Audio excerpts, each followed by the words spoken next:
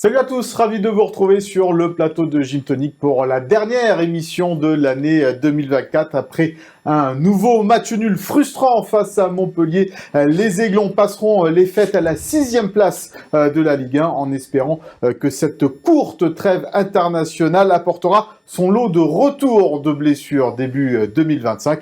Et puis pour m'accompagner autour de cette table, les experts de la rédaction des sports de Nice Matin, à commencer par Léandra Iacono. Salut Léandra. Salut Mika, bonjour à tous. William Bercé, en mode Corse déjà un peu. T'as pris le maquis déjà. Hein, ouais, je me mets aux couleurs.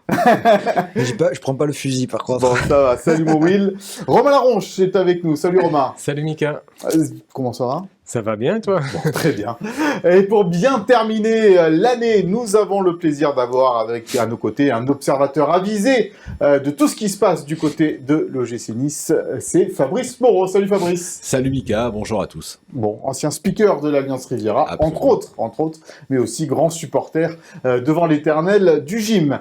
Au sommaire de cette émission, nous ferons un premier bilan de cette pas tout à fait première partie de saison. Est-elle réussie? Ce sera le débat du pour-contre. Et puis, comme tous les mois, nous jetterons un coup d'œil au gymtomètre, tandis que notre focus sera consacré à Badreddine Bouanani, auteur de 3 buts lors des 5 derniers matchs. Nous évoquerons également le mercato hivernal qui s'annonce très calme. Je mêle beaucoup de traits, mais c'est vraiment ce qui va se passer du côté du gym avant de nous plonger sur le dernier match donc de cette année 2024. Ce déplacement périlleux du côté de Furiani pour y affronter Corté en Coupe de France. Le Souviens-toi de Romain sera d'ailleurs consacré au dernier déplacement des Aiglons dans l'antre du Sporting Club de Bastia. Mais pour démarrer ce Gymto, retour donc sur ce Montpellier-Nice. 2 buts partout face à la lanterne rouge de Ligue 1. Des regrets, encore des regrets, toujours des regrets. C'est le mot peut-être de cette première partie de saison, mon cher Will. C'est le gym qu'on aime. Qu'est-ce que tu veux? Là, c'est beaucoup de regrets parce que quand on regarde comptablement, c'était la superbe affaire à faire, puisque tout le monde avait perdu des points sauf le PSG. Donc tu reprenais des points sur tous tes concurrents, tu te plaçais à la 5e place pépère, et en plus tu avais fait une super première mi-temps avec de très bonnes choses, techniquement, tactiquement. On a vu vraiment ce que pouvait donner le jeu Hayes dans des redoublements de passes. Vraiment les deux milieux de terrain, Chotard et Ferry, ont pris le bouillon face aux offensives niçoises. Donc il y avait plein de choses qui étaient intéressantes, et puis en fait on le connaît tous, ce club. Donc, quand à la 47e, Bouanani et Laborde ont raté le 3-1, on savait que c'était fini. Et que, ou on allait prendre 1 point, ou 0 même. Et c'était possible d'en prendre 0 carrément à la fin. Donc, c'est frustrant parce que voilà, il y avait la place. Même si Montpellier a poussé en fin de match, normalement, le gym aurait dû revenir avec les 3 points. Donc, c'est encore des regrets. Même si on peut pas dire non plus qu'il n'y a pas de choses positives à voir dans ce match-là. Malgré toutes les absences, on a vu du gym plutôt positif par moment, par séquence. Mais ça suffit pas pour prendre 3 points. On va regarder les stats de cette rencontre entre Montpellier et Nice. 39 tirs, il me semble, dans toute la rencontre. C'est quand même pas mal pour un match de Ligue 1. Animé, ouais. Ouais, c'est presque l'un des records. D'ailleurs, cette saison, 8 tirs cadrés du côté de Montpellier, 6 côté niçois, et puis des occasions manquées également de part et d'autre. Qu'est-ce que tu vas retenir, toi, Fabrice, de cette rencontre? Plutôt, ce point pris, malgré tout, alors que, comme Will l'a dit, peut-être qu'en fin de match, tu peux le perdre aussi, ou ces 2 points abandonnés quand même chez la Lanterne Rouge qui a montré des faiblesses assez criantes en défense. Indiscutablement 2 points de perdus pour moi, parce que effectivement le match on doit le plier déjà à la mi-temps et au retour des vestiaires. On doit avoir au moins 2 buts d'avance, il n'y a pas de doute. Et puis à ce moment-là, Montpellier aurait eu la tête dans le seau, ils ne seraient jamais revenus. Et après, un peu poussé par leur public, certes éparse, mais néanmoins bruyant, ils se sont remis dans le match. Voilà. Et pour moi, c'est 2 points de perdus. Enfin, pour moi, il n'y a pas débat. C'est forcément 2 points de perdus. Parce que là, pour le compte, il y avait l'occasion de faire une belle affaire. Et on passe à côté une nouvelle fois, c'est dommage. Leandra. Après, je dirais que ce match, il arrive en fait tellement tard dans la première partie de saison que on sentait que tous les organismes étaient hyper fatigués. Et sur la fin de match, ils sont tous sur un fil. Evan Guessant qui s'est donné énormément, mais on sentait que chaque course à la fin, il se tenait. Il avait, voilà, vraiment, on le sentait hyper fatigué et pourtant, il a tout donné. Donc, oui, des regrets et en même temps, tu le perds pas ce match. Et vraiment, tu aurais pu le perdre. Il y a Nanjou, Barre qui font des interventions hyper décisives. Donc, je comprends l'idée de regret, mais je vois aussi une équipe qui s'est donnée à fond, malgré tout. Franchement, qui sortait d'un match contre Lyon Saint-Gilloise, grosse déception aussi, sur un terrain catastrophique. Donc, et puis en fait, c'est que des mecs qui enchaînent. C'est le même groupe, 12-13 joueurs, depuis 3-4 matchs maintenant. Donc quand même assez lessivé. On va regarder le tableau du classement de cette Ligue 1, donc avant la trêve hivernale, pour voir que l'OGC Nice est effectivement 6e, 1 point derrière Lyon, 3 points derrière Lille et 6 points derrière Marseille et Monaco. Effectivement, si Nice l'avait emporté bien à Montpellier, Nice serait donc 5e, à 1 point seulement de la 4e place. C'est là aussi peut-être où il faut avoir des regrets, Romain, parce qu'on parlait la semaine dernière, Nice avait affronté des grosses équipes. Là, c'est contre les petites équipes aussi qu'il faut faire la différence. On voit le classement, 9 points après 15 journées pour Montpellier. Forcément, c'est 2 points de perdu. C'est une des pires équipes de Ligue 1 depuis longtemps, Montpellier. Donc quand tu mènes là-bas et que tu reviens pas avec les 3 points, c'est plus que des regrets. Après, dans le jeu, il y avait peut-être un petit mieux par rapport au match contre le Havre, mais tu dois faire le plein contre des équipes comme ça. Le Havre, tu as gagné les 3 points difficilement. Là, tu repars d'un point à Montpellier. C'est 2 points de perdu. Pour moi, il n'y a même pas de débat. Mais après, Montpellier, c'est plus la même tête de dernier qu'en début de saison. C'est quand même une équipe Moussa Altamari, Akorada. Enfin, Altamari, il est fort, hein, celui-là. Mais sur cours alternatif. Mais, meilleur joueur du match. Il a donné le tournis à Klos. Après, il s'est occupé de Barre. Et franchement, très beau joueur. C'est une équipe qui ne va pas rester dernière toute la saison. Ils vont remonter, franchement. Moi, c'est ce qu'on dit depuis le début, mais finalement... Il leur faut un buteur. Voilà. Il leur faut Gaëtan Laborde. C'est un appel pour Montpellier, mais je crois que financièrement, Montpellier c'est encore pire que Nice en ce moment, donc niveau salaire pour la porte, ça risque d'être compliqué. Entre amis. Sur Evan Guessant, j'aimerais t'entendre, Will, parce que c'est vrai que c'est un joueur qu'on a beaucoup encensé et qu'on encensera tout à l'heure encore dans le gymtomètre, mais on se parlait pendant le match. Il nous a un peu agacé dans le sens où on avait l'impression qu'il avait envie de rentrer avec le ballon dans le but, Evan Guessant. Ouais, oui et non, parce que j'entends ce que tu dis. Moi, c'est fantastique qu'il fait jusqu'aux 20 derniers mètres, quoi. Voilà. Ouais, moi je l'ai vu faire surtout une première mi-temps beaucoup plus altruiste que d'ordinaire, descendre très bas, travailler dans le jeu aérien, faire remonter le ballon. D'ailleurs, sur le but de Laborde, c'est lui qui fait tout avant que Laborde régale avec un but magnifique. Mais il a beaucoup travaillé et je suis d'accord avec ce que dit Léandra. On sent le garçon qui a quasiment joué tous les matchs. Ouais. Et il y en a qu'un, c'est Saint-Etienne, où il a un peu soufflé. Sinon, il a joué tous les matchs. Il se dépense, il court tout le temps. C'est un des joueurs de Ligue 1 qui dribble le plus de joueurs. Donc, il porte le plus de ballons. Donc, au bout d'un moment, ça se paye. Et il a payé un peu en lucidité. Puis, on les connaît, ce genre de match, quand ça devient un peu facile. Il y avait les portes ouvertes derrière. Ah oui, et ils ont voulu que ce soit Guessant, que ce soit Buonanni. Il doit tirer 2-3 fois plus tôt. Frapper plus. Voilà, quoi. Ils ont été un peu gourmands dans la tenue du ballon. Donc j'entends ce que tu dis, mais j'ai du mal à condamner un joueur sans condamner, évidemment. Oui, mais c'est vrai que il aurait pu être plus spontané devant le but. Ouais. C'est vrai que, de toute façon, s'il faisait ces différences-là tout le temps, ça serait Ronaldo le vrai, quoi. Evan Guessant, vu les différences qu'il fait balle au pied, à un moment donné, on reparlera d'Evan Guessant tout à l'heure dans le gymtomètre, mais on va se pencher sur un des acteurs de cette rencontre, buteur lors de ce match dans le Focus, c'est Badreddine Bouanani.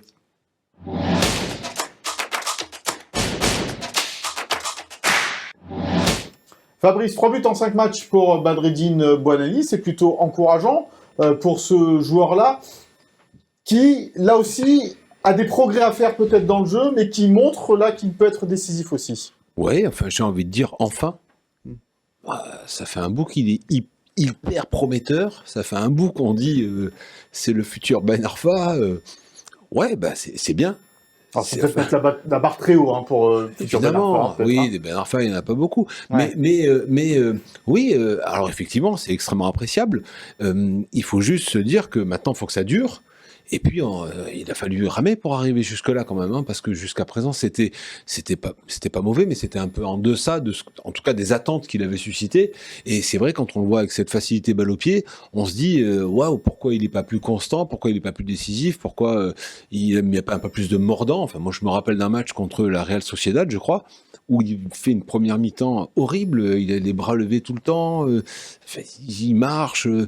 alors qu'il n'était pas titulaire à ce moment-là. Et tu te dis, waouh, c'est le moment où il faut au contraire se montrer, et il n'y allait pas. Peut-être qu'il s'est passé un déclic dans sa tête, et tant mieux, ça va nous profiter. Mais ouais, c'est un beau joueur en devenir. Enfin, il devient un peu plus réaliste, quoi. On va regarder les stats de Badreddine Bouadani cette saison sous les couleurs de l'OGC Nice. Il a participé à 19 matchs pour le moment. Badreddine Bouadani avec donc 3 buts. Pas de passe décisive encore pour un milieu de terrain, c'est peut-être ce qui lui manque aussi. 12 dribbles réussis. Il est sur la bonne voie, tu penses, Leandra? Il faut qu'il maintienne ce niveau d'exigence? J'espère qu'il est sur la bonne voie. Je vois que son passage sur le banc, parce qu'à un moment donné, Franquès lui avait donné sa chance et il n'avait pas répondu présent. Donc je vois qu'il a quand même réfléchi, je vois de meilleures choses. Après, il y a toujours des matchs où quand l'intensité s'élève, quand l'adversité s'élève, il répond pas présent. On l'a vu contre l'Union Saint-Gilloise, par exemple, où il a été très décevant. Donc, il marque, parce qu'il faut se rappeler quand même il a marqué son premier but en Ligue 1 l'année dernière, lors du dernier match de la saison en prêt avec Lorient. Là, il vient d'en marquer 3 en 5 matchs, donc c'est déjà... On voit qu'il est sur la bonne voie. En plus, c'est un poste de numéro 10 que... Pour moi, j'aime bien, je trouve que c'est son meilleur poste, là où il a le plus de liberté, alors que sur l'aile, pour moi, c'est un peu plus compliqué. Maintenant, c'est sûr qu'il va falloir qu'il enchaîne. Il y a des joueurs qui vont revenir, donc il aura aussi moins de possibilités pour montrer, parce que là, en fait, finalement, il a profité un peu de toutes les absences pour se montrer, parce qu'il n'y avait pas d'autres possibilités. Donc il l'a fait. Maintenant, il va falloir qu'en fait, il devienne presque... qu'il passe un cap pour qu'on dise ah bah Bouanani, lui, il sort pas du 11. Pour le moment, non, Bouanani, il est là parce que les autres ne sont pas là. C'est encore compliqué, Romain, peut-être de se dire ça aujourd'hui pour Badreddine Bouanani. Il ne peut pas sortir du 11 parce que c'est vrai qu'il est un peu sur courant alternatif, quoi. Oui, j'ai entendu dire il me manquait que les stats depuis le début de la saison. Donc là, il y a les stats, 3 buts en 5 matchs et des très beaux buts. Mais pour moi, il n'y a pas que ça dans ces manquements. Comme dit Leandra, il y a des absents. Quand on compare Shaw, Boga, bon, je veux bien que Boga aussi ait des défauts, mais c'est des joueurs qui percutent sur les côtés. Lui, il a une grosse qualité technique, mais il n'a pas la même qualité de percussion. Et après, il y a le travail sans ballon. Je pense qu'il y a un peu de mieux sur les derniers matchs, mais des fois, comme disait Fabrice, il perd le ballon, il le voit marcher, c'est juste pas possible, ça, en Ligue 1. C'est quoi? C'est une question d'âge, c'est une question d'expérience, c'est une question d'attitude, ça? C'est peut-être un peu de nonchalance, pas envie de bosser. Il le disait, moi, quand je jouais dans les sections de jeunes, c'était trop facile pour moi et tout allait très vite. Là, il faut qu'il se fasse un peu plus mal, peut-être? Ouais, il faut qu'on l'encourage à se faire mal aussi. Moi, je pense que ça fait partie des jeunes joueurs où toute son adolescence, son entourage lui a dit t'es fort, t'es beau, tu vas être pro, c'est génial. Parce qu'à Lille, il marchait sur tout le monde, il marquait des buts. Et donc, quand il arrivait à Nice, c'était un peu la pépite qui arrivait à Nice. C'est toujours t'es fort, t'es beau. Et Choyé par Didier Digard, hein. Oui, mais choyé avec le petit bâton qui savait manier la chèvre et le chou, comme on dit, ménager la chèvre et le chou. Donc, ouais, pas mal. Hein. Et Bouanani n'est pas une chèvre. Hein. Non, mais c'est pas un chou non plus. Voilà. Mais il se prend pas assez le chou, je trouve. Ouais. Moi, ce qui me déplaisait, j'en avais déjà parlé des fois, c'est quand il sortait d'un mauvais match, tu le croises dehors. Non, au contraire. Il parle avec des gens, il sourit, il rigole. Il est pas toujours très atteint par sa prestation ratée. Et moi, ça c'est des choses qui me chagrinent un peu. J'ai plus d'exigence, plus d'envie de faire mal. Là, les stats montrent qu'il y arrive. Mais voilà, là, il faut confirmer. Vraiment, c'est en attente de ça. Même quand il sort du banc, il est jamais décisif quand il sort du banc. On se souvient d'une balle de but là qu'il a, c'est contre la Real Sociedad, peut-être. Peut-être, ouais, qu'il frappe tout mollement. Ouais, c'est ça. C'est ça. Il boude un peu quand il rentre en cours de match. Ça lui plaît pas trop, donc il veut jouer. Mais quand il veut jouer, il montre pas non plus qu'il mérite. Donc c'est bien, c'est mieux. Mais c'est pas encore ça. Bon, on va écouter ce qu'en pense Franquès, son entraîneur de Badreddine Bouanani devant la caméra de Philippe Bertini. Les joueurs qui ont beaucoup de qualité, notamment pour Bad sur le plan technique, il y a aussi beaucoup d'attentes. Voilà. Et en effet, il est sur le chemin. Voilà, il est sur le chemin. C'est à lui d'y rester. Et de continuer à avancer. Ce qui est certain, c'est que ses performances depuis quelques semaines sont au niveau où elles doivent être. Et j'espère qu'elles sont encore inférieures à celles qu'il va connaître dans le futur, parce que c'est un joueur avec vraiment beaucoup de qualité. Voilà, c'est un peu comme le bulletin de notes de fin de premier trimestre, un peu Encourageant. comme mon fils, c'est encourageant, mais peut mieux Peut faire. mieux faire, Quoi. Voilà, il faut un peu se...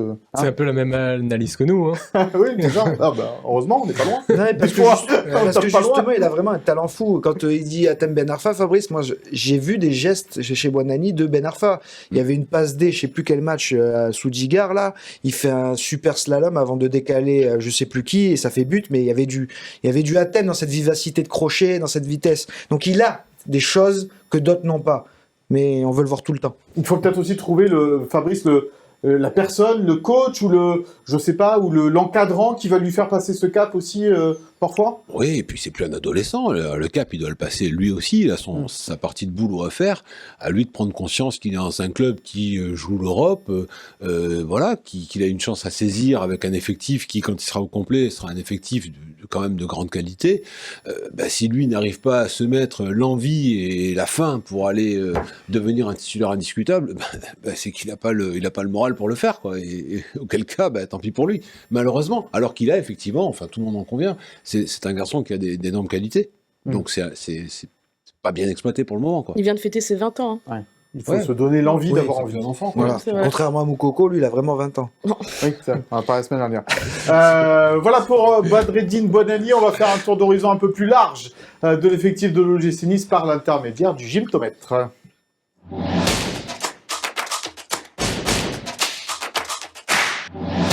Exclusivité gymtonique, le gymtomètre, évidemment, c'est le classement des notes des journalistes de Nice Matin, en particulier Léandra et William, qui notent à chaque match les joueurs niçois. Léandra, tu es la préposée au gymtomètre. Spécialiste data. C'est ça, c'est un peu toi qui gères tout ça. Qu'est-ce que tu peux nous dire là de ce dernier classement juste avant la trêve internationale, la trêve hivernale, pardon. Et ben alors vous allez voir que le top de ce mois-ci, en tout cas du coup c'est le bilan sur toute la saison, enfin sur 21 matchs finalement, il est un peu spécial parce que on a 2 joueurs blessés sur le podium. Pourquoi ? Parce que c'est des joueurs qui étaient un petit peu en embuscade. Dante qui avait pris 7 contre Strasbourg juste avant de se blesser. Et en fait c'est Boudaoui et Ndombele qui étaient sur le podium lors du dernier gymtomètre, qui, eux, ont eu des mauvaises notes, ont enchaîné de mauvaises passes et sont descendus dans ce classement. Donc 2 joueurs blessés sur le podium, mais par contre, Guessant, qui était déjà premier au gymtomètre il y a un mois, qui est encore là, et pour le coup, on peut dire que c'est vraiment le joueur de cette première partie de saison. On rappelle la formule, hein, c'est là pour 10 matchs, c'est ça ? 10 Alors matchs voilà, minimum joués. c'est 10 notes comptabilisées, donc 10 matchs minimum notés sur 21, et il faut avoir joué au moins une mi-temps pour être noté. Bon, aucune surprise concernant Romain Evan Guessant, qui est le premier de chez Gymtomètre. C'est l'homme fort de cette première partie de saison du côté de l'OGC Nice. Oui, c'est clair, c'est le meilleur buteur. Après, même le podium, c'est pas de surprise. Par contre, ils sont très proches. Il n'y a que 0,1 point d'écart. Donc, il n'y a pas un joueur qui survole non plus la saison. Et il n'y a pas un joueur au-dessus de 6 non plus. Ça veut dire que, voilà, dans les classements, parfois, les très bons joueurs sont au-dessus d'une moyenne de 6. Là, Fabrice, on voit, bon, Evan Guessant, malgré ses 7 buts marqués, il a 5,7, quoi. Oui, et puis Evan Guessant, finalement, c'est assez récent, ses performances. Parce que rappelez-vous, enfin, le déclic, c'est limite, c'est Real Sociedad où il fait un match compliqué. Avant, il fait des matchs très compliqués où il a du mal à concrétiser la moindre action et à être décisif. Et puis c'est à partir de là, peut-être qu'il y a un électrochoc où il devient plus décisif. Mais C'est vrai qu'il était plutôt bon dans le jeu, il faisait des différences de haut but, Ouais. mais il marquait peut-être pas assez. Ouais. il marquait pas du tout. Ouais. Il marquait pas du tout. Bon, contre la Real, bon après c'est un fait de jeu. Hein. Il rate le penalty. Voilà. Voilà. Pu changer la phase du parcours d'Europa League. Ben, Puis Evan, c'est soit il fait des matchs Probablement. très très bons, il a souvent des 7-8, ou alors il passe à côté, donc là c'est du 3-4, et c'est pour ça. Mais c'est le seul joueur qui est resté sur le podium sur nos 3 gymtomètres. Donc ça prouve aussi une régularité sur ces derniers mois. Et puis Will, il en est déjà à son total de buts de la saison dernière. Ouais. Il a déjà égalé son record, toute compétition confondue. Donc, pour une demi-saison, c'est déjà très prometteur. Et ouais, je trouve qu'il a étoffé son jeu aussi. Il lui manque encore la finition, lâcher son ballon au bon moment de temps en temps. Mais il est vraiment dangereux pour l'adversaire. Encore à Montpellier, on l'a vu, même s'il fait pas un grand match, il y a des moments où, quand il porte le ballon, dur de l'arrêter. Hein. C'est un joueur quoi, de profondeur et de petits espaces. Il sait tout faire, justement. Ouais, en fait. C'est ça qui est agréable, je pense, pour un coach comme Hayes, c'est que tu peux l'utiliser donc en neuf, pivot, remiser pour les copains, point d'appui dans le jeu aérien, garder les ballons. Tu peux l'utiliser en 9,5, tourner autour d'un autre point d'appui et lui, il court. Sur un côté, il est capable de percuter aussi. En fait, il sait tout faire. Donc ça, c'est un vrai avantage pour lui et pour l'équipe. On passe au flop 3, Léandra. Le flop 3, c'est le même que il y a un mois. Donc Rosario, par contre, qui était avant-dernier et qui là a basculé. On va dire qu'il paie des prestations désastreuses contre les Glasgow Rangers. L'enchaînement avec Lyon aussi qui ne l'a pas aidé. Même si il remontait un peu la pente ces derniers temps contre Montpellier notamment, 4-5, voilà. Boga, blessé, mais c'est vrai qu'on a l'impression qu'il n'a pas commencé sa saison finalement. Alors lui, il risque de disparaître du classement parce qu'il est blessé pour 2 ou 3 mois. Hein, voilà, donc, il va disparaître à un moment donné, c'est sûr. Ouais. Il n'aura plus assez de notes pour être dans le classement. Et Moïse Bombito, c'est toujours ça. On est vite monté dans le train Bombito et finalement, le pauvre, il en est à son 52e ou 53e match joué sans quasiment de pause avec la saison américaine. Donc lui, pour le coup, vraiment, il est sur les rotules. Il paie aussi l'absence de Dante, c'est ce qu'on disait, un Dante qui rend tout le monde meilleur. Et Bombito, voilà, la paire Bombito-Rosario, vraiment, elle n'a pas donné trop de garantie, quoi. Et pourtant, c'est cette paire-là qui a joué en défense centrale ces dernières rencontres. Et voilà, ça explique aussi le nombre de buts encaissés par l'OGC Nice, quoi. Mais tu le vois, il y a une corrélation entre le podium top 3 et flop 3. Top 3, il y a Dante qui est dessus, et flop 3, il y a 2 défenseurs qui sont dessus. Forcément, dès qu'il n'y a plus Dante, ça coule. Bombito, là, pour moi, sur les 3, je suis déçu pour Rosario, parce que c'est quand même le soldat qui joue partout où il y a besoin, et c'est pas un défenseur. Donc il fait le job comme il peut, donc il se retrouve dernier. Moi, ça me fait de la peine pour lui. Boga, c'est logique, il est pas bon cette année, donc il y est pas. Et Bombito, il pâtit de l'absence de Dante, de découverte de cette Ligue 1, et on en reparlera un peu plus tard aussi du timing de son arrivée et compagnie. Et voilà, et il faut rappeler aussi par rapport à Rosario qu'il est dernier des joueurs qui jouent régulièrement. Après, il y a pas mal de joueurs en dessous qui ont 7-8 notes. Je pense par exemple, le moins bien noté, c'est Abdelmonem, 3,6. Donc ça prouve... Mais qu'il n'y a pas suffisamment de notes pour l'instant pour apparaître dans ce classement-là. Et on parlait des notes au-dessus de 6 par exemple, juste avant. Le seul qui est au-dessus, c'est Abdi. 6,1, ça veut dire qu'il a fait des super perfs pendant le temps où il a joué, mais là blessé, pas assez de notes. D'accord, donc lui il devrait apparaître dans la deuxième partie de saison assez rapidement, on l'espère. Fabrice, juste un petit mot sur Rosario. On dit souvent, voilà, joueur de club, joueur de devoir, joueur assez limité quand même aussi. Ouais, avec un état d'esprit irréprochable. Pour l'avoir côtoyé, c'est vraiment un super gars avec un état d'esprit irréprochable, un vrai travailleur, un vrai guerrier. Typiquement, c'est le gars qui se sacrifie pour l'équipe, et après, effectivement, on le promène. Alors, ça a ses limites, hein, à un moment ou à un autre. Il était quand même capitaine du PSV Eindhoven. Il vient pas de nulle part. Contrairement à certains, c'est quand même un joueur qui rend service. Alors après, effectivement, on le met pas forcément dans des conditions qui sont toujours très favorables, et on le met en difficulté. Et c'est vrai qu'il a souffert, voilà. Mais on remplace pas Dante Todibo en un claquement de doigts en disant on met Bombito, Abdelmonem et ce pauvre Pablo, quoi. Voilà, c'est cruel, mais bon, les défenses, on sait très bien que ça se construit avec le temps, etc. Ça peut pas s'inventer comme ça, quoi. Un qui n'y est pas encore, Romain, c'est Moukoko, qui lui aussi déçoit dans cette première partie de saison. Lui aussi, il n'est pas assez noté pour apparaître dans le classement. Je sais pas, t'as Moyenne de 4. Moyenne de 4, lui, clairement, ce serait le flop 1 s'il avait joué tous les matchs.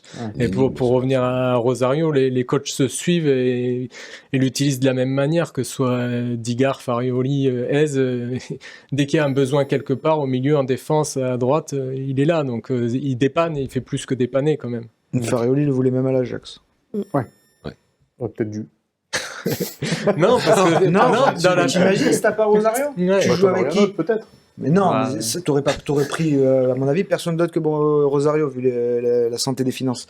Donc, t'aurais joué avec qui? Bombito, Doumbouya. Ciao. C'est compliqué. En hausse, en baisse, ça aussi, c'est dans notre classement du gymtomètre, pardon. Oui, alors en hausse, Sofiane Diop, forcément, l'homme fort du moment. 8 notes, mais s'il avait fait partie du classement, il est à 5,75, donc il basculait directement dans le podium parce que vraiment, il réalise. Voire même premier presque, non? Oui, premier. Ouais. Premier. Parce Donc, que Guessin est à 5,7. c'est ça. Ouais. Donc vraiment, Donc là super aussi, il lui joueur, faut en forme, 2-3 notes décisif. encore bonnes pour. Exactement. Il faut qu'il continue sur sa lancée, qu'il fasse voir encore mieux. Mais en tout cas, ouais, c'est génial pour Sofiane parce qu'il a tellement traversé un long tunnel sans match, presque un an. C'était terrible pour lui, pour un jeune joueur.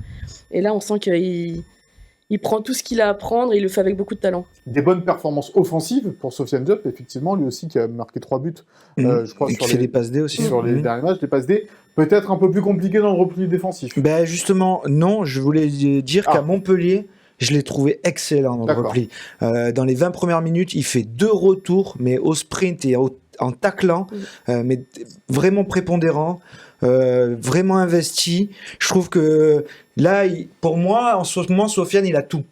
Il a tout, il est bon techniquement, il est bon dans le duel, il est bon dans l'envie, il est bon dans le contact avec les coéquipiers. J'ai beaucoup d'espoir sur sa deuxième partie de saison. Et un mot sur Tanguy et donc Ndombele, qui fait partie des joueurs en baisse. En baisse, en fait, le gymtomètre résume bien un petit peu sa baisse. C'est-à-dire que premier gymtomètre, donc il est le 10 octobre, il était premier du classement, 5,8. Deuxième gymtomètre, le 18 novembre, 5,7. Il était deuxième. Et aujourd'hui, 5,3, cinquième du classement. Donc on sent vraiment une phase descendante pour Tanguy Ndombele, parce que physiquement, ça devient compliqué. Et est-ce qu'il en fait peut-être pas un peu trop aussi sur le terrain parfois, et vouloir un peu se la jouer, un peu régulateur, un peu je touche tous les ballons et je laisse pas trop la tête, quoi. Bah, c'est peut-être un peu ce qu'on lui demande aussi, d'être un peu le papa au milieu et de gérer tout ça. Après, je pense qu'il est pas prêt à enchaîner à ce point-là. Et voilà, il était pas en forme optimale. Et aujourd'hui, il paye un petit peu cet enchaînement qui a sorti des gestes extraordinaires, parce qu'il a fait quand même des trucs magnifiques par moments. C'est vrai qu'il arrive à fluidifier, waouh, monsieur solution, quoi. C'est un bonheur. Et puis par moments, il pêche parce qu'on sent qu'il est au fond du seau. C'est un joueur qui disparaît un peu pendant les matchs. Mais c'est juste le problème des joueurs plus. Ouais. Parce que c'est un joueur plus. Ça fait partie des Balotelli, des Belanda, qui auraient jamais dû jouer à l'OGC Nice, des Ben Arfa. C'est Ndombele, il est par rapport à l'OGC Nice. Donc quand il est à peu près physiquement bien, tu le vois, c'est un régal, il est au-dessus de la masse. Et quand il est un peu moins bien, il sait pas faire autre chose. Il essaie de continuer à faire ce qu'il sait faire, mais comme il est moins bien physiquement, il a pas le coup de rein, il a pas le volume de course, donc automatiquement il rate et tu le vois plomber, comme à Montpellier. À Montpellier, dès l'entame, on l'a vu qu'il avait l'air émoussé, il y avait pas de coup de rein, il y avait rien, alors que s'il était plein possession de ses moyens, mais il marche sur Montpellier toute la semaine. Pour garder la forme physique, Romain, on va lui déconseiller peut-être le foie gras et la dinde pendant les fêtes. Je crois que ça, c'est valable pour tout le monde. Mais oui, après, comme disait Fabrice, Florian Maurice l'avait dit aussi ici, c'est pas un joueur qui aurait dû enchaîner autant de matchs, mais là, avec le nombre d'absences, on a peut-être un peu trop tiré sur la corde et ça se paye, là. Surtout l'hiver, il fait froid, l'enchaînement des matchs, les pelouses grasses. Faut pas oublier que c'est un joueur sorti de Merano quand même. Donc il avait fait la cure. Voilà, il fait du cure pour maigrir, tout ça. Donc et puis son déjà, jeu consomme aussi. Il a un jeu qui consomme de l'énergie, quoi. Il aime le ballon. Donc forcément, lui, une touche de balle, c'est pas trop son jeu. Voilà. Et il préfère faire des crochets, tout ça. Et quand il arrive à les faire, je me souviens à Lyon, il cherche encore son rein, le pauvre Verretou.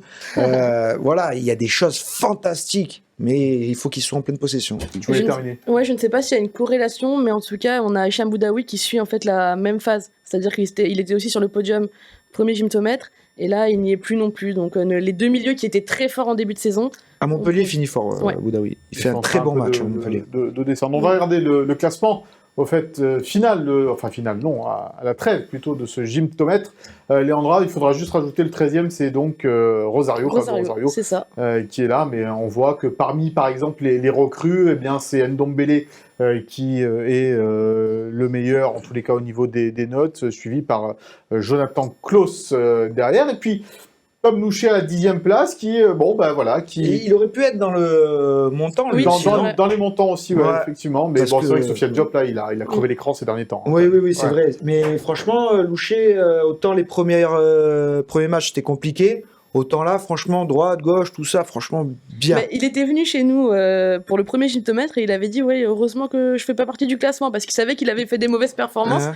Et au final, là, c'est sûr qu'à droite, il est excellent vraiment. Il est en train de monter lui aussi en puissance. Voilà donc pour ce gymnomètre que l'on retrouvera évidemment le mois prochain, en 2025, quand il y aura quelques matchs encore de jouer. On va passer au pour-contre et commencer peut-être le bilan de cette première partie de saison de l'OGC Nice. On y va.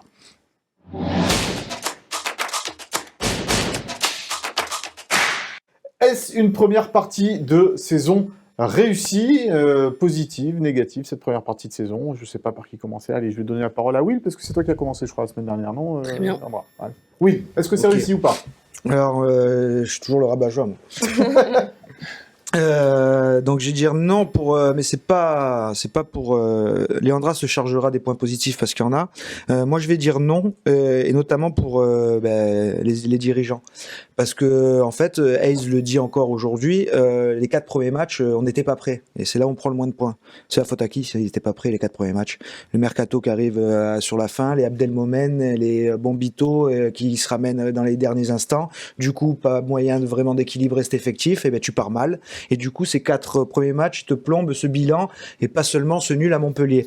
Donc, tout ça pour dire que Hayes et Florian Maurice n'ont pas eu tous les moyens de bien faire ce mercato, de bien lancer cette saison. Et donc, pour moi, c'est pas réussi parce qu'ils n'ont pas eu tout l'élan qu'ils méritaient d'avoir. On en est là aujourd'hui, c'est pas mal, mais c'est grâce à eux. Et il y a malheureusement aussi les perspectives qui permettent pas d'y croire dans cette pente ascendante. Et encore une fois, c'est la faute des dirigeants, pour moi, ça. Donc, voilà, pour moi, si, même en Coupe d'Europe, si c'est aussi calamiteux, c'est peut-être que dans le club, on n'a pas eu aussi le bon discours par rapport à cette Coupe européenne. Donc, voilà. Je pense que dans le club, il y a beaucoup de choses à faire pour que vraiment cette première partie de saison soit totalement réussie. Léandra. Bon, moi, je pense que la vérité, on le sait tous, elle se situe entre les deux. Mais pour moi, c'est une première partie de saison réussi parce que je pense qu'il y a 4 mois, 5 mois, on aurait tout signé pour cette 6e place à la trêve. Parce qu'il ne faut pas oublier que Nice a perdu Todibo, Thuram. Nice est arrivé avec un nouvel entraîneur, reconstruction, un style de jeu totalement opposé par rapport à celui de Francesco Farioli. Donc déjà ça, il fallait être fort pour insuffler quelque chose. Et on sent vraiment que dans le jeu, quelque chose se produit. On prend du plaisir à regarder les matchs. Donc pour moi, ça, c'est une première réussite. Après, il y a eu de l'émotion. Il y a ce 8-0 contre Saint-Etienne qui est directement rangé dans les plus belles pages, ou en tout cas de l'histoire du club. Il y a des super résultats contre Paris. Il y a cette victoire, ce nul contre Paris, ce nul contre Lille, cette victoire contre Brest, contre Monaco. Déjà, le derby, tu n'avais pas gagné depuis 4 ans à la maison contre Monaco, qui n'avait pas perdu depuis 6 mois. On peut dire que c'est déjà une belle réussite. Ensuite, moi, je vois des joueurs qui sont en progrès, qui passent des caps, des Guessant, Diop. On nous disait, oui, ce sera la recrue du mercato, on prend pas ce poste-là parce que Diop, il va revenir. J'y croyais pas. Là, ce qu'il fait, je trouve ça génial. On voit que Badreddine Bouanani, il a compris des choses aussi. Maintenant, il faut que ça dure. Donc, je vois des joueurs en progrès. Je vois un jeu en progrès. Je vois une 6e place qui, malgré tous les aléas, paraît assez miraculeuse, finalement. Parce que là, de se retrouver à 12 joueurs professionnels avec des jeunes et faire les résultats qu'ils font, se retrouver aussi en tirant la corde raide parce que tous les joueurs sont morts, sont lessivés, et ils continuent à faire des résultats, même si on peut dire qu'il y a des regrets contre Montpellier, finalement. Nice maintient cette 6e place. Donc voilà, première partie de saison réussie, même si forcément la Ligue Europa a atténué le bilan. On va te donner la parole, Fabrice, dans un instant pour nous parler de cette première partie de saison. J'aimerais qu'on regarde les statistiques en Ligue 1 d'abord de l'OGC Nice sur ses 15 premiers matchs. 6 victoires, 6 nuls, 3 défaites, 28 buts pour, 19 buts contre. Ça, c'est plutôt intéressant, mais il y a ce 8-0 effectivement contre Saint-Etienne qui fait que dans la troisième meilleure attaque de Ligue 1. Contre, voilà. 28 cartons jaunes reçus, 1 carton rouge et 160 fautes. Ça fait à peu près une moyenne de 10-11 fautes par match. En Europa League, en revanche, on va voir que le bilan il est lui catastrophique. 6 matchs, 0 victoire, 2 nuls, 4 défaites, 6 buts pour seulement 14 buts contre, 13 cartons jaunes, 2 rouges, 61 fautes. On reste là aussi sur une moyenne d'une dizaine de fautes par match. Fabrice, pour toi, est-ce que cette première partie de saison de l'OGC Nice, même s'il reste encore 2 matchs à jouer pour arriver jusqu'à la moitié du championnat, est-ce que pour toi c'est réussi ou pas? Oui. Oui, je dirais que c'est réussi, surtout avec l'accumulation de blessés et ces circonstances. Moi, j'ai envie de dire, quand est-ce qu'on voit Nice en entier, quoi? Parce que quand on regarde sur le papier, ça fait rêver. Enfin, moi, je rêve, quoi. Franchement, une attaque, Mofi, Boga, Shaw, Guessant, qui peut être autour de tout ça, Sanson, enfin, Dante, enfin, tous ces gens qui nous manquent aujourd'hui. Très franchement, je me dis, le jour où on a cette équipe au complet et qui est optimale, on risque de faire pas mal de dégâts en Ligue 1. Donc aujourd'hui, arriver à mi-saison ou presque et être 6e, avec les aléas qu'on a connus, Will disait il y a quelques instants, on a mal démarré, c'est vrai, on a été prêt trop tardivement, c'est vrai aussi. Bon, arriver aujourd'hui 6e, t'es encore dans les clous pour être européen, on y est, vraiment, on est au contact. Hein. Bon, donc je dirais oui, le bilan est globalement extrêmement positif. Après, c'est vrai qu'en Europe, c'est décevant, mais on n'a pas l'effectif aujourd'hui, à mon sens, pour faire 2 matchs par semaine, on n'y arrive pas. Tout simplement pas, on n'a pas le nombre de joueurs nécessaires. Alors Brest le fait, alors les gens m'expliquent, moi, tu comprends, Brest, sans grand nom, ils arrivent à faire 2 matchs par semaine, ils brillent et tout. Ouais, bon, d'accord, en Ligue 1, ils brillent pas du tout. En championnat, ils brillent pas du tout. Non. Bon, nous, on est encore placés. Alors c'est vrai qu'on court toute l'année pour être finalement européen, et puis tu arrives en Europe, t'as pas l'effectif. Bon, ça fait mal au cœur parce que tu galvaudes, enfin, même s'ils n'ont pas laissé filer, hein, c'est pas ce que je veux dire. Mais bon, c'est fini, tu joues plus rien, quoi. 0 victoire, 4 défaites de nul. Bon, ben, on est foutu, c'est dommage. Parce que les efforts qui ont été accomplis pour arriver jusque-là, franchement, ça met la rage, quoi. Espérons que cette année, on retrouve déjà un effectif digne de ce nom, et même si ceux qui jouent ne sont pas défaillants, c'est pas le propos, hein, mais l'équipe sur le papier me semble tout à fait à même d'aller remporter des points pour être en Europe, quoi. Romain, la synthèse de tout cela, qui t'a le plus convaincu? Alors, Léandre a de beaux arguments, elle les a bien travaillés, mais quand on est la risée de l'Europe, comme l'OGC Nice cette saison, que tu perds en Belgique et en Hongrie, tu peux pas te dire que la première partie de saison est réussie. D'un point de vue comptable en Ligue 1, il y a un an, là, on avait le même débat, est-ce que c'est bien Farioli ou pas? Après 15 journées, il y avait 8 points de plus, il n'y avait qu'une seule défaite, il y avait une victoire à Paris, une victoire à Monaco, une victoire contre l'OM. 8 points d'écart, quand même. C'est beaucoup. Ça fait beaucoup. Donc, non, pour moi, clairement, la première... T'es deuxième. Ils étaient deuxième il à manque l'époque. 2 matchs. Hein. Non, mais après 15 journées, il y avait 8 points de plus pour Nice après 15 journées. Ouais. Donc, pour moi, non, on peut pas dire que, même s'il y a des circonstances atténuantes, elles sont énormes, réussies, non. On se plaignait du jeu de Farioli il y a un an en étant deuxième. Mais il y a quand même 2 choses différentes. C'est Farioli surfe sur ce que vient de lui laisser Didier Digard, qui sort de 6 mois très bon. Donc il récupère un effectif plutôt stabilisé, que Hayes, il repart de 0. Avec un effectif qui était plus peut-être sur une pente Mais qui avait vécu une saison éprouvante, à l'inverse. Que sur Didier Digard, ils étaient sur un nouveau... On sent du plaisir qui est revenu quand même. Et concernant les blessures aussi, il ne faut pas non plus oublier que quand un coach arrive, il a de nouvelles méthodes, d'entraînement, et donc ça participe aussi à ce qu'il y ait des blessures. Le coach, pour moi, il a tous les mérites. Dans les résultats, tout ça, il a tous les mérites. Dans cette façon même de faire progresser les joueurs, il a tous les mérites. Après, c'est autour. Les blessures, Mofi, tu le savais qu'il avait un problème au genou. Donc au final, tu le payes. Tu le savais, tu l'as acheté quand même, tu le payes. Mais après, par exemple, pour Sanson, on a dit souvent, voilà, il y a une erreur de diagnostic, tout ça. Bon, certes, il y a eu une erreur de diagnostic, mais il aurait eu la même indisponibilité si le diagnostic il avait été fait bien depuis le début. Non, mais après, Peut-être, il peut jouer là en décembre. Si tu prends le bon pronostic 3 semaines avant. Ouais, tu gagnes 3 semaines. Tu gagnes 3 semaines, oui. Peut-être, tu vois. Et peut-être que si tu fais pas 2 matchs amicaux à l'extérieur juste avant la reprise. Ça, c'était peut-être effectivement une faute. Boga, et c'est l'autre blessé musculairement aussi, c'est qui? Je sais plus. On en a perdu 2 juste avant le championnat. Voilà. Peut-être ils se plaident pas. Donc il y a des choses aussi que le club n'a pas bien géré. oui, voilà, en fait, les blessures, on va dire que cette 6e place, elle est miraculeuse parce qu'on se dit, ouais, ils ont résisté aux aléas. Mais le club doit aussi faire son autocritique par rapport à ça parce que il y a des raisons, c'est multifactoriel, mais il y a des raisons. Il y a alors peut-être l'hygiène de vie des joueurs, mais il y a aussi d'autres choses. L'exigence.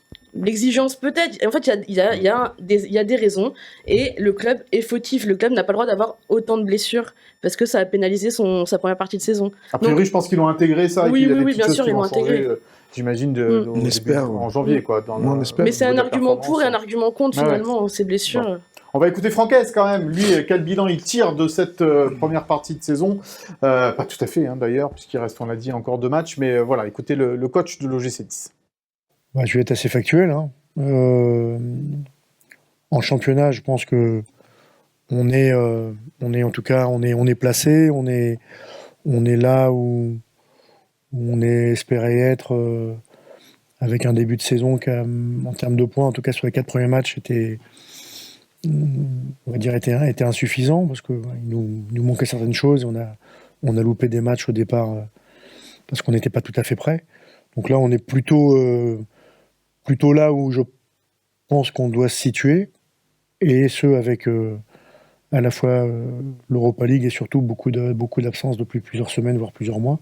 Donc ça, c'est plutôt, en termes de points sur la Ligue 1, c'est plutôt encourageant. D'autant que je sais qu'on a, à la fois quand on récupérera plus de monde et à la fois parce que l'équipe a de la marge, capacité à encore progresser. Et puis après, sur la partie Europa League, on est passé à côté de la compétition. Je veux dire, on a fait un match du niveau de l'Europa League, c'est le premier contre le Real Sociedad, depuis où c'était médiocre, où c'était insuffisant. Donc on est quasiment éliminé de cette compétition-là alors qu'elle n'est même pas terminée. Donc de ce côté-là, c'est une déception. Et puis après, pour conclure cette année 2024, il y a la qualification à aller chercher en Coupe de France, et ça, c'est un élément important. Voilà le bilan de Francaise sur cette première partie de saison. On va passer au thème Mercato d'hiver. Eh ben non, il n'y a pas de jingle, je suis bête. Eh oui, bien sûr, il n'y a pas de jingle. Tu veux qu'on chante un peu? J'attendais le jingle. Jingle Ben, non, c'est pas ça. Tu veux faire un jingle Là, Mercato? je sais pas. Mercato d'hiver, a priori, il ne va pas se passer grand-chose, les amis, dans ce Mercato du côté de l'OGC Nice. Il n'y a pas de sous-sous dans les caisses. Très compliqué. Non, c'est compliqué. Ils ont déjà cherché cet été à plus dégraisser qu'autre chose. Il y a des joueurs d'ailleurs qui ont refusé les portes de sortie qu'on leur proposait. Je pense à Rarachilier, ils ont tout essayé pour essayer de dégraisser. Il n'a pas voulu partir, il a tout refusé. On verra cet hiver si Ils vont réessayer. il en sera de même. Ils vont évidemment réessayer parce que de toute façon, on va déjà arriver à l'indiscret. Mais Non, mais pour réessayer, c'est vrai que la porte est ouverte. Voilà. Au point de vue des arrivées, c'est très simple, il n'en est pas question aujourd'hui. Voilà. Non. Aucune arrivée prévue à l'OGC Nice pour le moment, ça c'est une confirmation qu'on a pu avoir. Et même Francaise, et on va l'écouter d'ailleurs, c'est très rapide. Écoutez ce que dit Francaise, c'est très rapide sur le mercato niçois.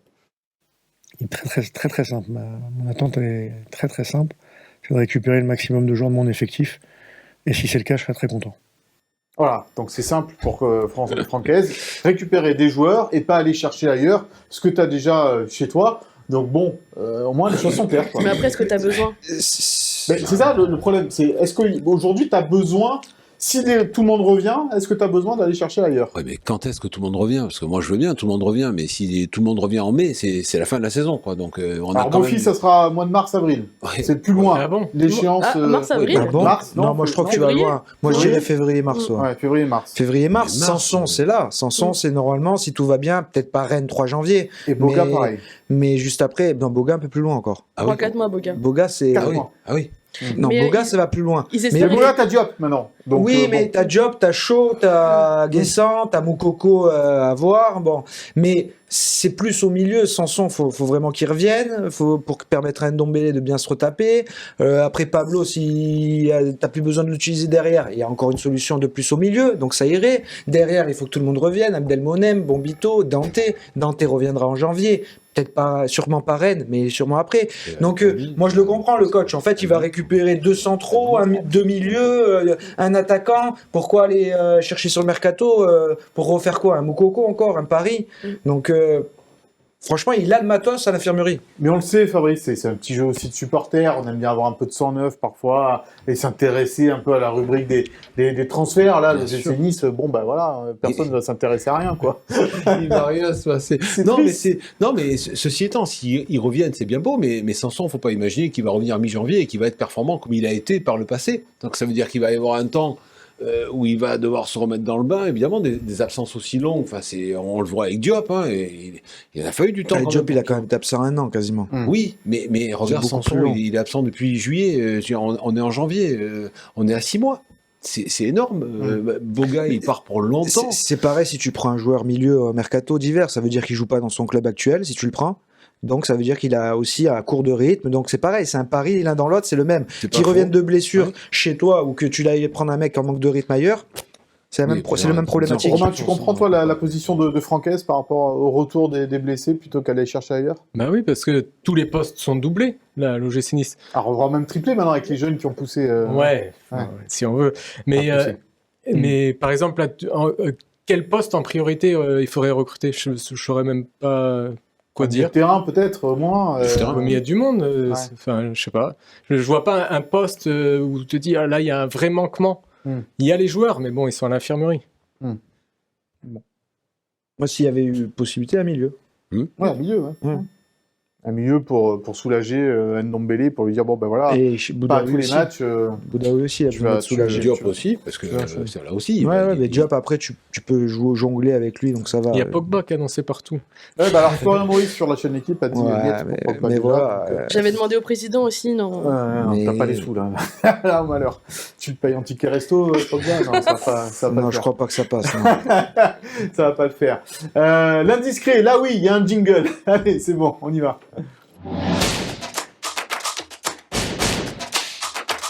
Ça concerne toujours le mercato, cet indiscret, Will, et cela concerne 2 attaquants. L'un qui est arrivé en prêt et qui, on va dire, ne donne pas raison à ceux qui l'ont recruté, et puis l'autre qui a un salaire assez élevé. Ouais, on le dit, ça va dans le sens d'un mercato où l'OGC Nice sera plus intéressé à faire des économies, à dégraisser plutôt qu'à vraiment se renforcer. Il n'y a pas moyen de s'affaiblir derrière au milieu. Par contre, devant, il y a plus de choix. Donc, est-ce que Moukoko, il y a un intérêt à le garder jusqu'à la fin de saison? La question se pose. Est-ce que aussi il y aura la porte qui s'ouvre pour couper ce prêt avec Dortmund tout de suite? C'est pas encore d'actualité, mais c'est une réflexion, comme la réflexion du salaire de Gaëtan Laborde, qui est aujourd'hui le plus haut salaire du club.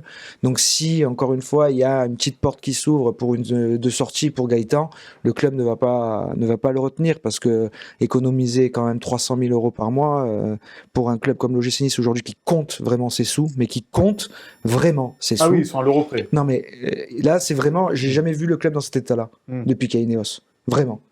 Vraiment. Mais est-ce qu'il n'y avait pas eu trop de largesse aussi à un moment donné pendant Ineos? Bah, merci Dave Riceford. Oui. Eh Tu oui. payes Bah, c'est ça qui est le régal avec le Ineos en 22-23, fait. là, le Aujourd'hui, ils te mercato, demandent de faire des économies provoquées par le gars de chez eux. C'est lui qui a fait n'importe quoi avec Schmeichel, avec les prolongations à droite à gauche, à je sais pas combien. Il a fait n'importe quoi. Et tu te retrouves 3 ans après à tout devoir dégraisser. Donc là, le Todibo, pareil. Todibo, 40 millions, c'est bien. Il faut que West Ham se maintienne. C'est la condition sine qua non, Voilà. effectivement. Si pour West que, Ham, ils ont West Ham lève l'option d'achat. 6-7 points d'avance là sur le premier relégable. 15e. Voilà, Ouais. donc bon, ça devrait aller, mais on sait jamais. Et si ça se passe pas, Todibo revient. Donc tu perds 40 millions et il revient, mais il ne reviendra pas jouer. Hein. Non. Donc c'est un problème de plus. Sera Voilà, c'est un problème de plus. Donc les perspectives, comme je disais tout à l'heure, elles sont pas fameuses. Elles sont vraiment pas fameuses. De l'extérieur, comment on voit ça, Fabrice, aujourd'hui? De se dire que cet OGC Nice n'a peut-être pas les moyens d'aller plus haut que ce qu'il est aujourd'hui. Et attention à la dégringolade peut-être aussi.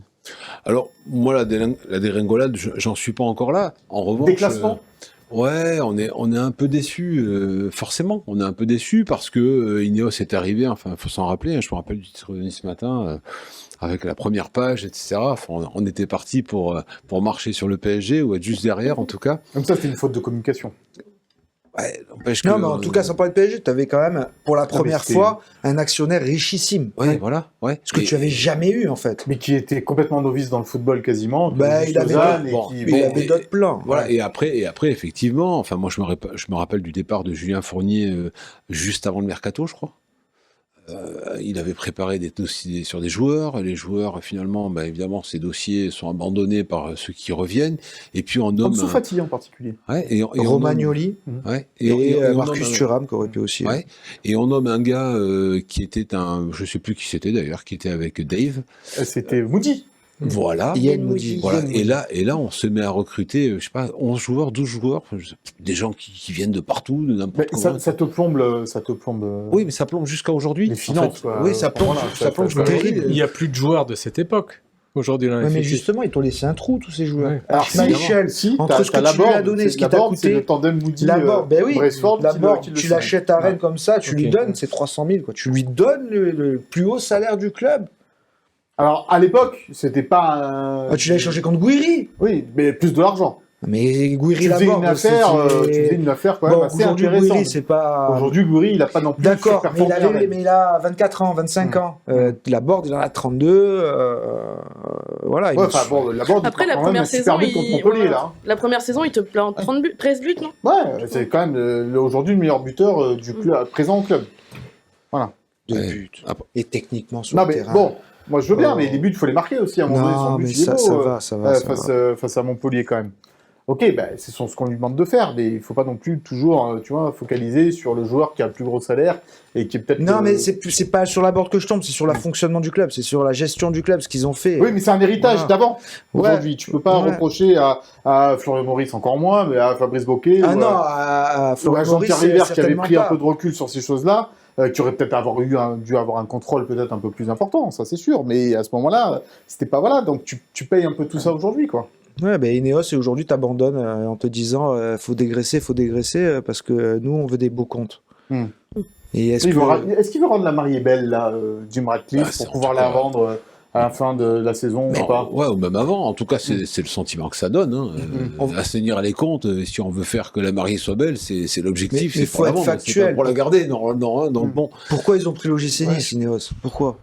Parce qu'il était à Monaco, il a vu un club pas loin de Monaco qui s'ouvrait, il l'a pris, et c'était... C'est Jean-Pierre River qui était le démarché. Hein. Ouais, mais et Jim Ratcliffe, dans son esprit, c'est je me mets un club un peu plus huppé que Lausanne, un peu plus connu, je me fais un peu voir là-dedans, et mon but, c'est Manchester, c'est tout. Depuis le début, c'est ça. Une fois qu'il a eu Manchester, Enfin, il a eu C'est Chelsea fini. d'abord. Il a eu envie de racheter mais Chelsea. parce avant que, Manchester. encore par une fois, dépit. c'était un peu par défaut, mais en tout cas, c'était Nice. Pour lui, c'était un palier. Il y a comme des joueurs, ils viennent à Nice pour avoir un plus grand club Et il y a après. la même Lui, c'était crise pareil. d'austérité à Manchester, hein, pourtant. Et on ne dit pas qu'il veut vendre ses parts de Manchester non plus. Il a réduit voilà, les salaires. Le pauvre Sir Alex Ferguson, là, qui avait une mission un peu bizarre quand même pour son âge. Mais moi, bon. il me fait penser à McCourt, il me ils fait ont penser à d'autres investisseurs comme ça qui sont arrivés dans le football. Mais le problème, c'est que tu n'as pas de revenus à Nice. Tu n'as pas de sponsoring, tu n'as rien. Donc, du coup, bah, C'est c'est ce qui fait. évident que tu perds de l'argent à un moment donné. Ça, c'est ce qui a fait que Ineos a arrêté à un moment de mettre de l'argent. C'est quand ils voyaient que ce qu'ils mettaient ne rentrait plus en merchandising, en billetterie. Du coup, ils ont arrêté en se disant bon ben là, on va faire play financier et coule à fond. Donc ça a été aussi un vrai problème. C'est vrai. Mais aujourd'hui, ils calculent plus rien quoi. Ils veulent juste s'en débarrasser. Concrètement, Mais par contre, c'est pas un groupe qui a donné l'habitude de revendre un petit peu. ils aiment pas ça. Voilà. Les Anglais n'achètent pas pour... ça, c'était quelqu'un vraiment du business et impliqué dans celui-là qui m'en avait parlé. Les Anglais n'achètent pas pour revendre derrière. C'est pas leur intérêt. Ils sont pas là pour faire de la spéculation, gagner de l'argent. Mais aujourd'hui, concrètement, il a Manchester, il a des soucis, il a besoin d'investir. S'il peut se débarrasser de l'OGC Nice en récupérant sa mise, il va pas dire non. Maintenant, il faut trouver qui va leur mettre la mise. Et le problème, c'est qu'on est content d'avoir Ineos maintenant quand on passe la DNCG aussi. Parce qu'il ne faut pas oublier quand même que d'avoir un actionnaire solide derrière, qui peut remettre au pot si jamais ça se passe vraiment mal, Romain, c'est quand même important. On en a eu des bizarreries à l'OGC Nice juste avant cela. Donc un actionnaire solide comme ça, c'est peut-être aussi bien. Et il faut peut-être un peu le choyer aussi. Bah, c'est pour ça, moi, je serais quand même nettement plus mesuré par rapport au traitement d'Ineos. T'es bien content de l'avoir aujourd'hui. Et je peux comprendre qu'ils n'aient pas envie de perdre non plus des dizaines de millions d'euros chaque année, de remettre la main à la pâte, même si Jim Ratcliffe est multimilliardaire. Ça peut se comprendre qu'il n'ait pas envie de perdre son argent dans l'OGC Nice, donc d'avoir des comptes plus ou moins à l'équilibre. Ben, vaut mieux avoir un actionnaire comme Ineos aujourd'hui avec la crise des droits télé, Eh oui, mais c'est ça. CVC. Parce que là, c'est tout le football français dont l'économie est en péril aujourd'hui, Fabrice. Donc, avoir un actionnaire solide, quand même, malgré tout, comme Ineos, demande à Montpellier, demande à d'autres clubs comme ceux-là, Non, mais comme Le Havre, comme... J'aimerais pas avoir Ineos derrière eux. J'ai fait partie des gens qui dormaient pas de l'époque Cano, Cassonne et toute la clique, etc. Donc, effectivement, le propos n'est pas de cracher dans la soupe. Je dis juste que, effectivement, qu'on veuille réduire la voilure, pourquoi pas, et après tout, c'est louable, et c'est son argent, après tout, hein, c'est pas le mien, il a mis son argent, ce type, donc il a un regard dessus, pourquoi pas. Mais là, je pense j'ai peur qu'on tombe dans des extrêmes, quoi, voilà, et j'ai pas envie qu'on se comporte comme, je sais pas, Corté, tiens, on est quand même, Réduire la voilure, mais pas couper les moteurs, quoi. Bah, ouais, voilà. Moi, ça me semble, il y a une mesure, quoi. Après, effectivement, qu'il n'ait pas envie de jeter des dizaines de millions d'euros par année, ça se comprend. Effectivement, les droits télé, c'est un vrai sujet. Mais de là à dire, on va économiser sur je sais pas, les gobelets de café, ça me semble beaucoup, quoi. Voilà, c'est... En fait, il faut de l'honnêteté dans les discours. T'es pas loin de la maintenant. vérité. Il faut de l'honnêteté dans les discours. Quels moyens, quelles ambitions? Aujourd'hui, on ne sait pas. C'est celui-là le problème. C'est l'argent ne fait pas le bonheur. Moi, je veux bien. Ok, Ineos, ils ont mis l'argent et tout, super, merci. Mais dans leur gestion, c'est catastrophique. Ils ont fait sauter un directeur sportif. Ils ont fait sauter après un entraîneur parce que la relation avec le directeur sportif n'allait pas. Derrière, quand Florent Ghisolfi s'en va, c'est pourquoi? C'est parce qu'avec Ineos aussi, ils voient bien que derrière, il n'y a plus rien. Donc, ils te font sauter un deuxième directeur sportif. Ils te veulent mettre la merde dans le vestiaire parce qu'ils ont pris des joueurs qui se sont jamais intégrés et que ça a fait une cohue dans le vestiaire, comme des Schmeichel et d'autres. Voilà, donc Ineos, on peut pas leur dire non plus merci, amen, heureusement que vous étiez là. Mais alors après, voilà, les moyens aujourd'hui, c'est tu joues dans la cour de Rennes, dans la cour de Lens, dans la cour de Toulouse. Sportivement, pas financièrement. On le voit encore. Sportivement, oui. Bon, voilà, mais Oui, c'est pas le sportivement, mais mérite c'est ça les d'Ineos. ambitions aujourd'hui Mais de c'est pas le Nice. mérite du C'est Ineos, pas je suis de désolé. concurrencer Lyon, Marseille, Paris, Monaco. Boulka, Lille, c'est pas Ineos. Enfin, qui ont des moyens disproportionnés les par vrais rapport à Nice, joueurs quoi. aujourd'hui que t'as, Dante encore, qui est à valeur sûre, c'est pas Ineos. Je suis désolé, t'as encore une colonne mais dorsale, qui prolonge vertébrale. Dante, encore Bouddha, et oui, encore. c'est pas Ineos. Ta colonne vertébrale, tes joueurs importants aujourd'hui, c'est pas Ineos. C'était avant eux. Donc pour moi, Ineos, merci au niveau financier, non merci au niveau gestion. Bon, voilà ce que l'on pouvait dire en tous les cas. Pour le moment, sur ces indiscrets et cet avenir pour l'OGC Nice, on va passer à l'avant-match entre Corté et Nice, donc ce 32e de finale de Coupe de France, un petit peu inhabituel, hein, puisque en fin d'année cette fois, alors qu'auparavant c'était plutôt le premier match de l'année civile. Attention au piège, parce que bon... Pas tant l'équipe, Léandra.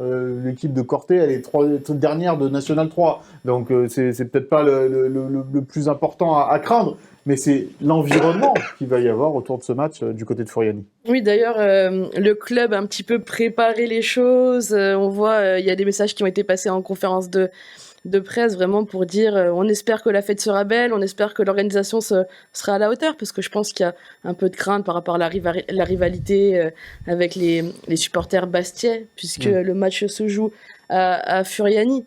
Donc c'est sûr qu'il y aura un environnement à appréhender. Maintenant, ça sera aussi de voir dans quelles conditions physiques les joueurs vont arriver, parce qu'il y a encore Boudaoui suspendu, et il y a une nouvelle blessure avec Pablo Rosario qui a ressenti une douleur au mollet, qui sera sans doute forfait. Donc, Tom Louchet aussi. Tom Louchet Klaus, qui s'est blessé suspendu. contre Montpellier. Non, Klaus sera suspendu pour Rennes. Ouais, c'est ça. Donc attention piège, ça sent le match piège pour toi, Romain l'équipe, elle est en face, bon, il y a 5 divisions d'écart. Ah, non, Mais, non. Ils sont derniers de National 3, ils ont gagné qu'un match cette saison. J'espère que c'est pas un match piège. Même avec 12 pros, tu peux. Oui, et puis tu dois t'en sortir. Dans les 12 pros, tu as combien d'internationaux? Si tu bats pas Corté, là on peut refaire le bilan. Mais c'est déjà arrivé, hein, dans l'histoire de l'OGC. C'est déjà arrivé, mais bon. Comme ça, face Le à Mans. Ouais. Non, mais face à des clubs qui étaient sur le papier. Ouais, très je suis pas inférieurs, inquiet quoi. du tout. Non. Pas un match piège. Est-ce que Juste tu es avant les inquiet de ton vacances. déplacement, Will Moi, je suis totalement À À l'opposé. l'opposé de Romain. Oui, parce que tu m'envoies des grands yeux comme ça, là, effarés, on dirait un lapin pris dans des phares. Ah, je suis inquiet, je suis très inquiet parce que c'est pas du tout l'entrée en lice dont tu avais besoin, niveau effectif, niveau même enthousiasme, ça va être une atmosphère terrible. Hmm. Mais Pas il de faut- supporters niçois, évidemment. Non, interdit évidemment de que c'est déplacement. interdit, mais Mm. voilà, ils vont tomber dans un guet-apens. En plus, ça joue un peu à l'intox de tous les côtés, j'ai l'impression, parce que le club essaye de dire oui, la fête va être belle et tout.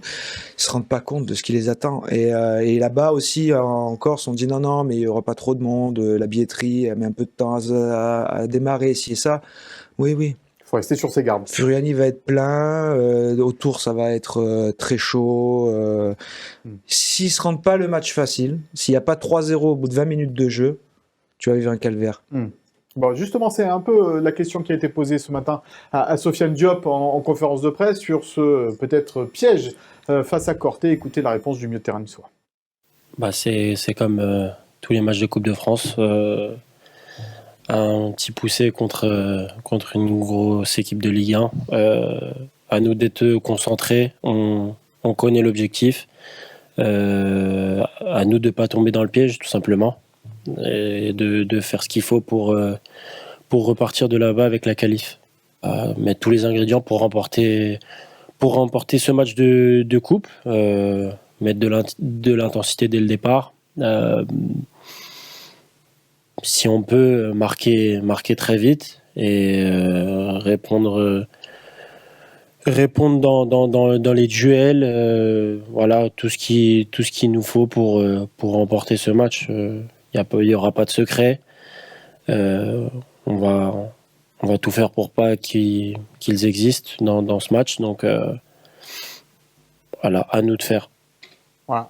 À nous de faire pour Sofiane Diop. J'espère qu'il sera un peu plus actif sur le terrain que dans la façon dont il répond. C'est pas laborieux pour Sofiane Il était Diop. tôt, mais je il était comprends. Ouais, il était un peu tôt pour lui, effectivement. C'était ce matin. Et pour nous aussi. Du côté de 10h, du côté du centre d'entraînement de l'OGC Nice. Avec quelle équipe donc se déplacer à Corté? On y va, c'est la compo probable.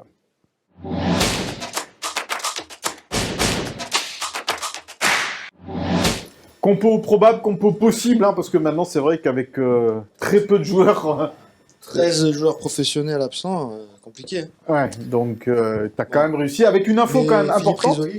Ouais, hop là, putas de bananas. Une info importante parce que c'est pas Boulka qui gardera les buts. Non. Tiens, Sera heureusement. Il en a besoin. Maxime Dupé. Dupé en a besoin de jouer et Boulka a besoin de souffler. Donc, Premier match, avoir, ça sera pour Dupé sur ouais. les couleurs niçoises. Boulka va partir en vacances même avant, donc du coup il va s'éviter ce trajet, tout ça, donc il en aura besoin. Maxime Dupé donc va faire sa toute première à l'OGC Nice puisqu'il n'avait jamais joué. Non. Avec le Enfin, gym. Il devrait faire ça. C'est jamais. Pourquoi Il reste à l'entraînement, tu sais. Oui, il prend une pile. Non, on ne souhaite pas ça, évidemment. Oui, donc la défense, Klos devrait récupérer le couloir droit pour laisser Nanjou occuper le flanc gauche. Et il n'y a pas beaucoup de choix pour Francaise. Bombito Bar, une association en défense centrale, un peu forcée, puisqu'il n'y a que Doumbouya qui reste comme défenseur central. Donc tu as préféré donc, une métier. défense à 4, ou tu aurais pu peut-être mettre aussi une défense à 3 avec Doumbouya, Bar, Bombito, quoi. Non, mais pour suivre un peu la dynamique actuelle, ça fait 3-4 matchs que Nice joue en défense à 4. Doumbouya, est-ce lui faire un cadeau que de le mettre une défense à 3 en Corse, dans une atmosphère spéciale? Est-ce que ça vaut le coup de se mettre à 3 face à une nationale 3? Je pense qu'il y a pas mal de calculs qui font que ça devrait être à 4. D'accord. Au milieu de terrain. Milieu de terrain, encore une fois, un peu avec le monde qu'il y a. Donc Camara, qui est aujourd'hui le seul à pouvoir pallier ce manque en sentinelle de Boudaoui. Ndombele et Ilié. Là aussi, une des rares solutions que tu as au milieu de terrain. Je ne sais même pas qui il va mettre sur le banc, à part des jeunes. Voilà, et donc Sofiane Diop en 10, aussi, il garde ce 4-4-2 losange qui fonctionne plutôt bien, comme on l'a vu à Montpellier, techniquement. Et devant? Et devant, il faut faire souffler un peu Evan, je pense, Guessant qui en a besoin. Donc Buonani pour enchaîner, avec Gaëtan Laborde, la valeur sûre d'expérience sur un terrain et confronté à une équipe amateur.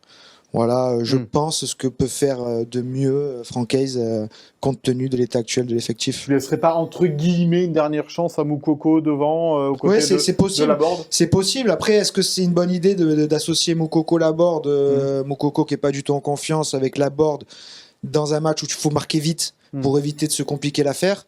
Je suis pas sûr que ce soit la bonne idée. Peut-être vaut mieux lancer un Buonanni qui est dans un bon rythme. Avec Diop, techniquement, ça marche bien. Laborde qui est capable de marquer. Tu te rends le match facile et après tu fais rentrer Moukoko. Comme contre Saint-Etienne, par exemple, Voilà, où il avait marqué. Ouais, mais non, mais il était Titulaire. Il était titulaire. titulaire. Oui, Il était titulaire. Ouais, c'est vrai, Donc, ça. non, voilà le calcul un peu Bon. que Francaise pourrait faire. Compo possible pour cette équipe de l'OGC Nice face à Corté, qui a évidemment quand même toutes les capacités, Fabrice, à aller au-delà de ce match, de ce piège peut-être tendu en Corse. Ah bah oui, on espère, faut quand même pas exagérer. Hein. Dernier de National 3, un match gagné, effectivement, si, même avec une équipe réserve, si on ne va pas gagner là-bas, même tenu compte en tenant compte de ce contexte qui est souvent bouillant, ils vont nous attendre, c'est évident. Quand ils parlent de guet-apens, je vois très très bien de quoi il s'agit. Ben, je l'ai vécu la dernière fois que j'y suis allé. Voilà, on va le raconter tout à en l'heure. toute hypothèse, on doit passer, quoi. En tout cas, j'espère qu'on va passer, quoi. Ouais, pour passer les fêtes de Noël un peu plus tranquilles. Ndombele, Diop, Buonanni, techniquement, ça devrait aller, quoi. Je suis qu'une National 3 Je pense. Mais après, est-ce que Ndombele, il est content d'aller jouer contre une N3, le dernier match avant les vacances? C'est des joueurs amateurs en N3, oui, ça reste des joueurs amateurs. Oui, bien sûr. Ouais. Bon, effectivement, là, face à des pros. On espère en tous les cas qu'il ne va pas y avoir trop de dommages pour les Niçois. Ni de blessés. Ouais, ni de blessés. Ouais. Ça, a priori, c'est mieux que sur un synthétique, a dit Francaise, parce que Corté joue sur un terrain synthétique, et là, Furiani sur une pelouse assez acceptable. D'accord. Donc, voilà, ça devrait être plus intéressant pour les Niçois. Le cadeau de la semaine, le cadeau de Noël même.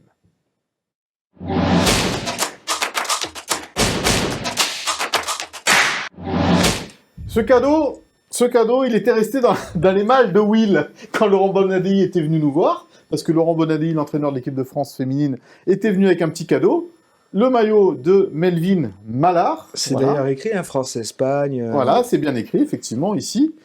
France-Espagne, le 3 décembre 2024, le maillot donc de Melvin Mallard pour cette rencontre. Et donc, pour jouer et pour le gagner, eh bien, vous en avez l'habitude, il faut pronostiquer le score entre l'OGC Nice et Corté sur ce 32e de finale bon courage. de Coupe de France, avec le nom des buteurs, s'il y en a, et on espère qu'il y en aura du côté de l'OGC Nice. Le petit hashtag Gymtonic pour qu'on puisse vous repérer et vous faire gagner ce maillot, donc le maillot officiel de Melvin Mallard sur le France-Espagne féminin. Une fois n'est pas coutume, c'est un cadeau qui n'est pas en rapport avec l'OGC Nice, mais qui est en rapport avec l'équipe de France féminine et Laurent Bonadei. Voilà donc pour ce cadeau de la semaine, on finit par le Souviens-toi.